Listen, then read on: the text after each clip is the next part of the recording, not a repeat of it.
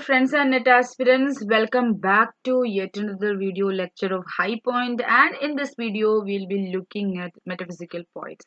That means about metaphysical poetry and poets. We'll be saying mainly the features and characteristics of metaphysical poetry and some other facts and information related to metaphysical poetry. At the same time, we will see what are the major metaphysical poets. So after this video we'll be from the next video onwards, we'll be looking at major important poets of 17th century, especially of Puritan age, and their major contributions. So we will start with John Donne after this video. So, if you have not yet subscribed to my channel, please subscribe to it if you are interested to have more detailed contents related to NTA, UGC, NET, JRF, language and literature, and also follow me on Instagram for more variety of study materials which are helpful in your NET, JRF, English language and literature paper 2. And also visit my website www.highpoint.in for more elaborate but systematically arranged, simplified, affordable study materials. If you want to know more about the study materials, you can have all the information about it from the website itself after having the free trial. And if not, you can call me or WhatsApp me the number to know the study materials that we are providing, the facilities that we are providing, at the same time the bonuses as well as the offers going on the website about the courses that we are offering in our website. So moving on about metaphysical poets and poetry, we'll be having an introduction. Let's have the introduction first of all. The term metaphysical is loosely applied to a group of 17th century poets such as John Donne, Andrew Marvell, Henry Vaughan, George Herbert, and Richard Crashaw. So these are the persons, these are the poets labeled as metaphysical poets.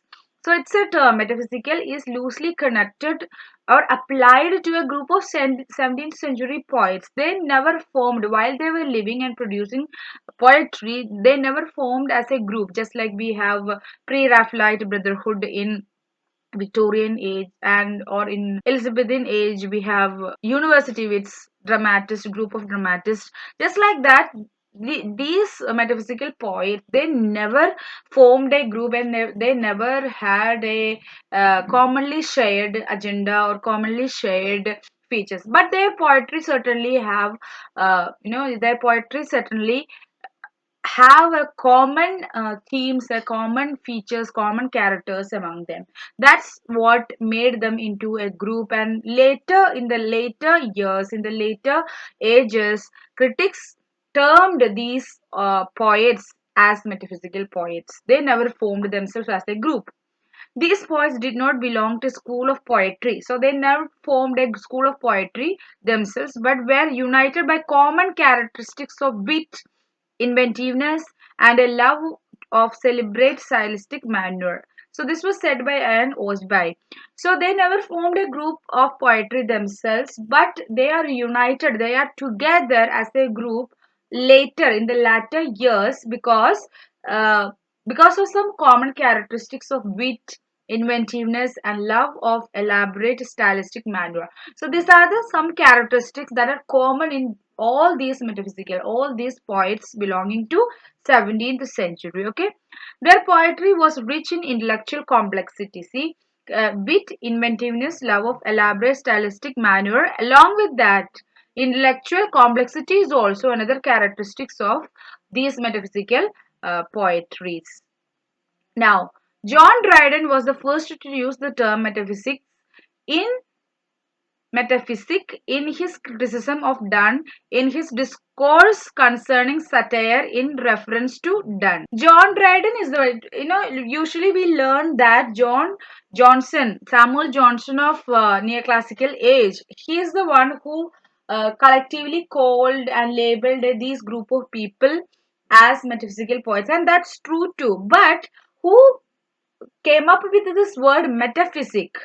It was John Dryden. John Dryden is the one who first used this term metaphysic in his criticism of Donne. While he was doing a criticism of Donne in his work Discourse Concerning Satire, in reference to Donne, in reference to Donne's poetry, he used metaphysic, and Dr. Johnson took this word from Dryden, and he collectively called certain people, certain poets of 17th century as metaphysical poets and their poetry as metaphysical poetry. Donne in his poetry affects the metaphysics.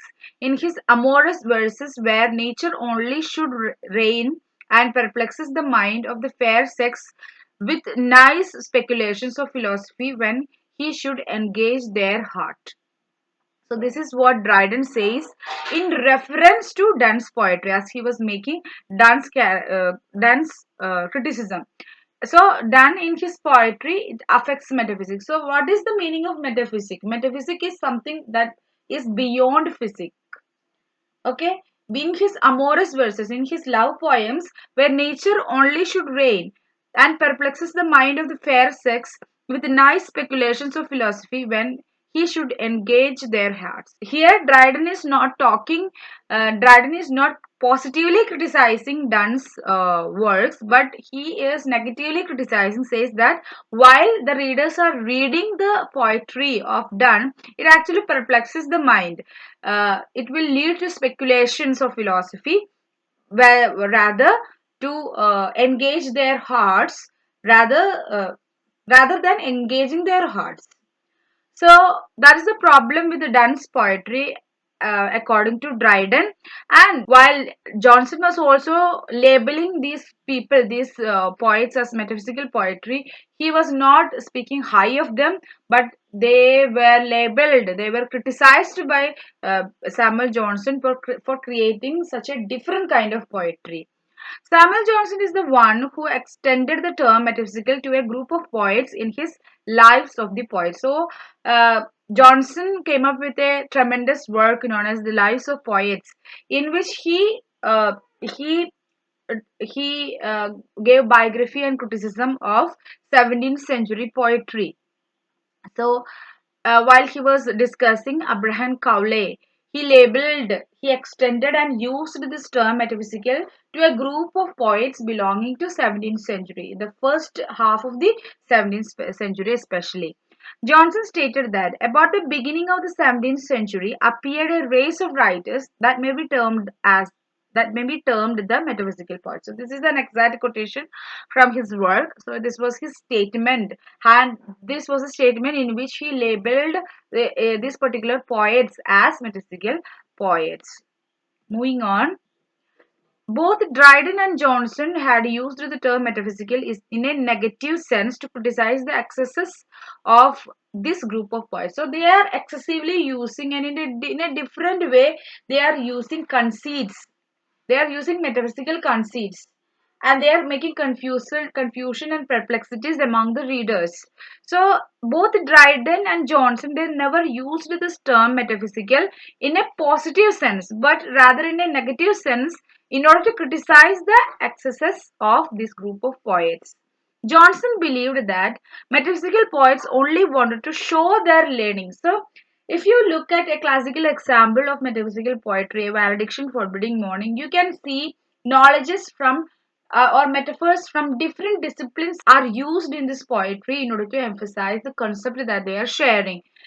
From metallurgy you can see, from mathematics you can see, from astronomy you can see. So in that way, from various disciplines, scientific disciplines, knowledges are used in order to come up with various metaphysical conceits. So Dr. Johnson believed that metaphysical poets only wanted to show their learning. They are being pedantic in their poetry. Rather than writing poetry, their aim is to show their learning. In their poetry, the most heterogeneous ideas were yoked by violence together. So, yoked by violence together means that fixed, they are not fixing together in a beautiful manner, in a natural manner. That's because they are using metaphysical concepts. Metaphysical concepts are simply a combination of unnatural images, or simply a combination of two diverse and different type of images, like they don't have any connection. Unusual images are put together in order to bring about metaphysical conceit, in order to bring about a different kind of meaning. So this is a kind of idea. Heterogeneous ideas means two different kind of ideas or images were yoked, put together by violence together. They are not, these two heterogeneous ideas, different ideas, they are not compatible together, but through violence they are made to exist together inside poetry. So these are the criticism that Johnson believed and termed them as metaphysical poetry poets negatively. Now let's see features of metaphysical poetry. There are seven, and let's see the first one. It is characterized by a subtle, complex, and concentrated thought. Subtle, complex, and concentrated thought means there will be a very concentrated, very to the point, there will be a thought.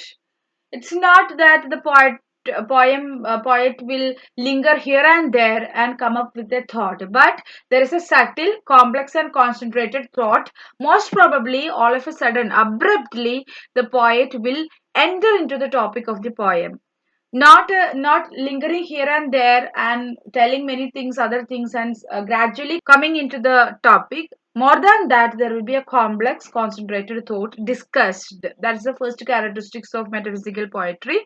The second one is it is intellectually rigorous. So you need to have a basic intellectuality. You need to use your intellectual capacity in order to understand their poetry, because they are using knowledges from different disciplines and knowledges from diverse subject matters, and they are discussing, they are using a kind of complex or you know heterogeneous kind of images in their poems.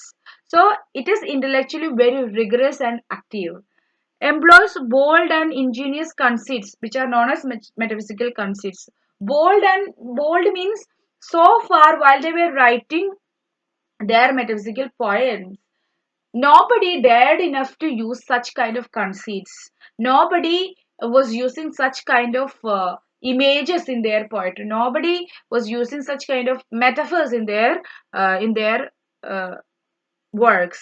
So that's why they employ bold and ingenious conceits, that is known as metaphysical conceits. So from when we stand in this 21st century and talk about metaphysical poetry, we won't feel that kind of difference, that kind of boldness. But try to think about the readers as a reader who belongs to 17th century.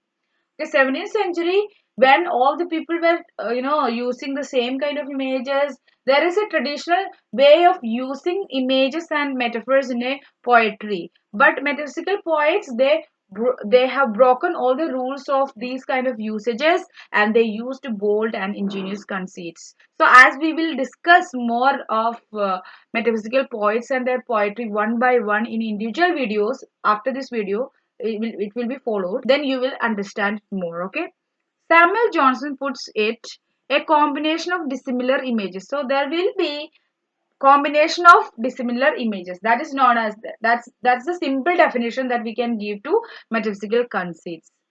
Use uncommon images taken from diverse disciplines, fields of knowledge: history, geography, astronomy, alchemy, mathematics. So from various disciplines, you know these poets, they will take their images, their metaphors, and they use these knowledges in their poetry in order to establish the universal concept that they are try to say. Dramatic quality often has an abrupt beginning. So there is a dramatic quality. This point I already told you, that it's not that the poet will linger, or the narrator or the speaker will linger here and there in various other things and gradually come into the topic, but there will be, most of the time there will be an abrupt beginning. There will be a sudden beginning in the poetry rather than a gradual beginning. The paradox is extremely used or extensively used. Paradox is a figure of speech that is extensively used. Paradox is also existence of two opposite ideas together in order to bring about a new kind of meaning. So paradox as a figure of speech is extensively and widely used in metaphysical poetry. Moving on, H.C. Grierson, through his work Introduction to Metaphysical Lyrics and Poems of the 17th Century, published in 1912, made metaphysical poetry popular in modern times as a major group in the 17th century. So, after this criticism made by Dr. Johnson in The Lives of Poet, No one remembering metaphysical poets. We can see throughout the centuries, nobody was talking about metaphysical poetry. But in the beginning of 20th century, we can see H.C. Grierson. He came up with a work known as Introduction to Metaphysical Lyrics and Poems of the 17th century. So that made metaphysical poetry popular. And in modern times, as people's concepts about poetry began to change, they were accepted as intellectual and great poets. T.S. Eliot's critical essay, The Metaphysical Poet. So, H.G. Garrison's work, at the same time, T.S. Eliot's work, essay, The Metaphysical Poets, also gave more popularity to metaphysical lyrics. According to Eliot, metaphysical poets like Donne fused thoughts and emotions. So, who said that Donne fused thought and emotion? It was T.S. Eliot in his work, The Metaphysical Poets. Okay, so Eliot was of the opinion that Donne, more than combining these unusual images, what he was doing, he brought together thought and imagination, according to Eliot.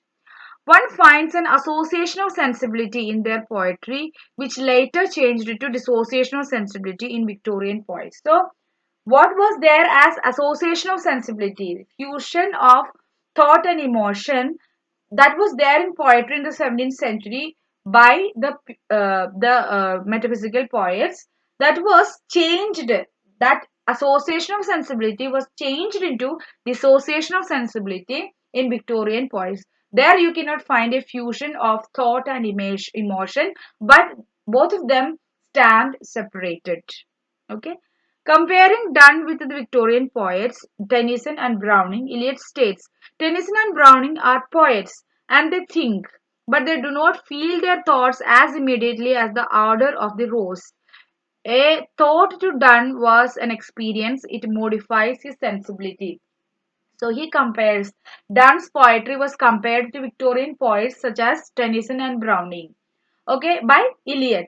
And as a comparison, he says that Tennyson and Browning, they are poets, but they think. They do not feel what they are thinking, just like an immediate order of a rose.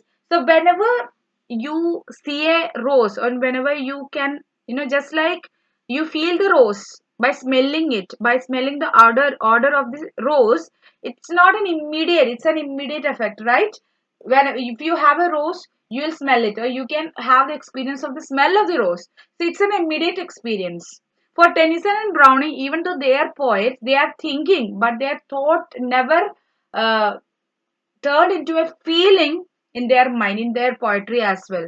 So a thought to Donne, on the other hand, was an experience. It is not simply not a thought, it's an experience for Donne, and it modifies that thought, and the feeling of that thought will will change his sensibility.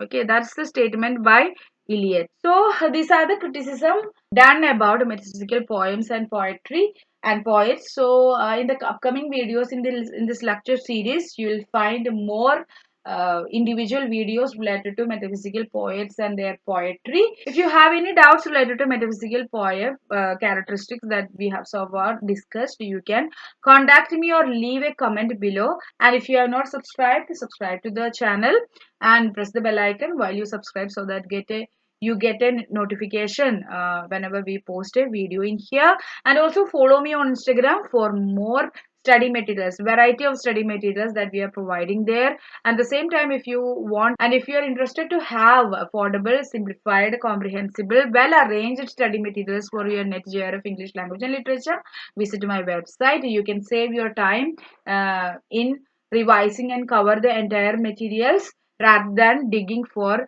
materials in various platforms. Okay. So, if you want any information regarding NetJRF English Language and Literature or English Literature, you can WhatsApp me or call me in this number given. So, that's all about it. Meet you in the next video session. Until then, stay tuned to High Point and be happy wherever you are, guys. Ta-ta!